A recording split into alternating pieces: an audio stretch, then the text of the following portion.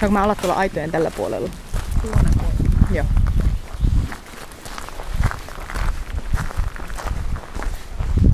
Tää näyttää siis vähän tänne päin, niin siitä sitten... Niin nuo loputkin, joo.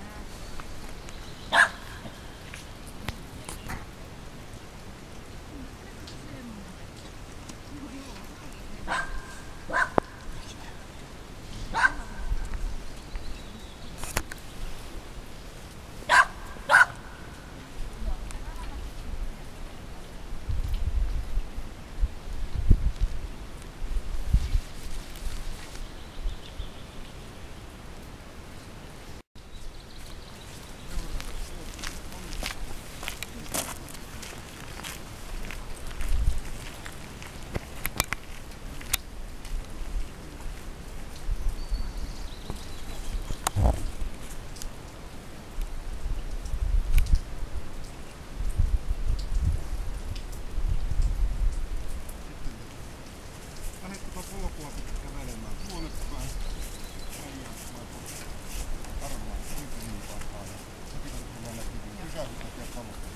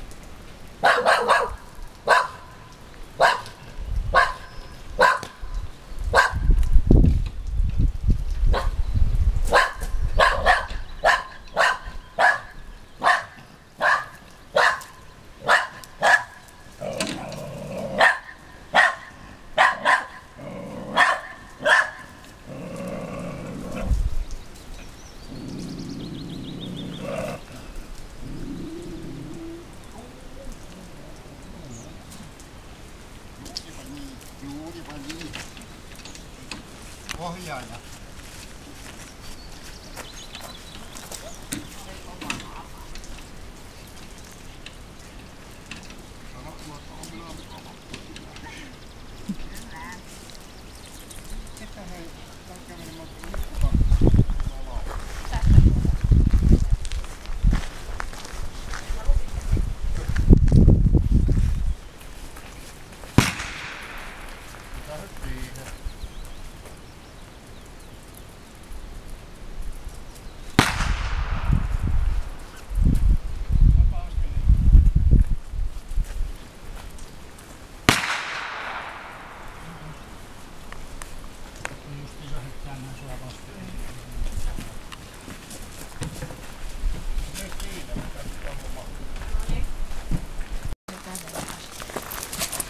Tuliko yllätyksiä itsellesi vai tuli? No toi pimeä huone oli ainut, koska ei se ole ennen ikinä pelännyt pimeitä. Se oli varmasti tuli ollut jo semmoisia jännittäviä juttuja, niin vähän oli, mitä täällä tapahtuu.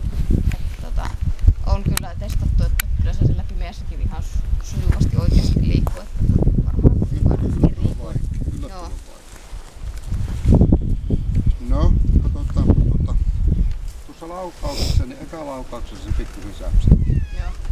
Niin ei sen kummempaa, niin laukauskokemattomana pantiin se. Sitten tuloksen päästävyys, niin silloin kun se itse saa valita, niin sehän tulee omia aikoja ihan reippaasti. Mutta sitten kun sitä ruvetaan kutsumaan, niin sitten on niin semmoinen pieni ylös ennen kuin tulee. Se on tuloksen päästävä aavistuksen pidättyväinen. Tässä lomakkeessa 2 skaalaa. Kovuus, pehmeys, niin sanotusti koiran muisti, kuinka se muistaa semmoisen paikan, missä se on kokenut olonsa epämielistä. Siinä toi haalari on niinku se erikoiskoe. Sinun mukanahan se reippaasti tulee, kyllä se pikkusen väisti siinä sitten, mutta se, että luottaa sinuun, ottaa hyvän tuen sinusta ja selvittää sillä tavalla sen asian siitäkin. Tokihan tuolla kelkallakin näkyyhän se, kun se lähti taakse menemään, että pehmeys on siellä niinku ja rohkeuden puute tulee vastaan, mutta kuitenkin se sitten selvitti sen yllättävän hyvin. No joo, ei siinä ole mitään huonoa tuossa. No sitten temperamentti, eli se vilkkaus, niin jos nyt pikkusen katsotaan erikoiskoetta, mikä nyt ei ollut ihan täsmällisin siinä sen väistö, mutta no muuten otetaan täällä, katsotaan kokonaisuutena, niin kyllä se aika kaukaa ottaa kantaa ja sen jälkeen nopeat reaktiot, että ei se niin millään tavalla hajoa. Eli puhtaan vilkastus. Hermotkin on itse asiassa varsin hyvä, mutta ei myy vielä ihan tasapainosta siitä saatu kokonaisuutta. Mutta ei se tietysti täällä missään näy, mutta sanoit, että hyvä. Sitten tullaan taisteluhalu, leukojen lihakiston käyttö, leikki, vääntäminen, kääntäminen, niin siinä ehkä tuo pidättyvyys tai ujous tuli taas vähän esille, että sinun kanssa se väänti varsin mallikkaasti jo ja hetkellisesti sitten jopa minunkin kanssa, kun se lämpesi siinä, mutta hyvä niin. Eli taisteluhalu on +2 kohtuullinen. Ja sitten tullaan tuonne puolustushaluun. Haluahan me haetaan ja halu sieltä näkyy ja sitten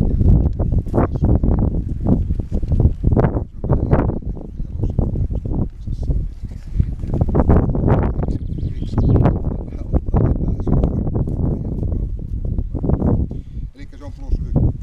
Samoin tuo terävyys tuossa seinällä. Kyllähän siinä niinku meteliä piti, mutta enempi huimas. Että se on ollut oikeasti aggressiivinen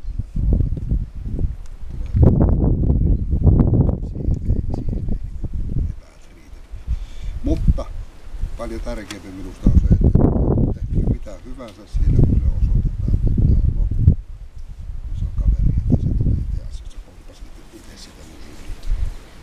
Eli se on +1. Pieni. No sitten toimintakyky kokonaisuudessaan, tuosta hämärästä tilasta olikin jo puhetta. Kelkahan se selvitti varsin mallikkaasti, eli siinä vaiheessa kun se olisi rintamasuuntaan kääntämässä kelekkaa kohti, niin se ratkaisi sen. Mutta sitten tuo hämärätila takkus kyllä sitten aika reilusti siellä, mutta kokonaistoimintakyky, koira, itsenäinen rohkeus, niin kohtuullinen kysymys. Ja lomake pisteyttää, asiat miinuksiahan täällä ei ole missään ja plussaa 155 pistettä. Kiitoksia. Kiitoksia. Kiitos. Heippa. Moi.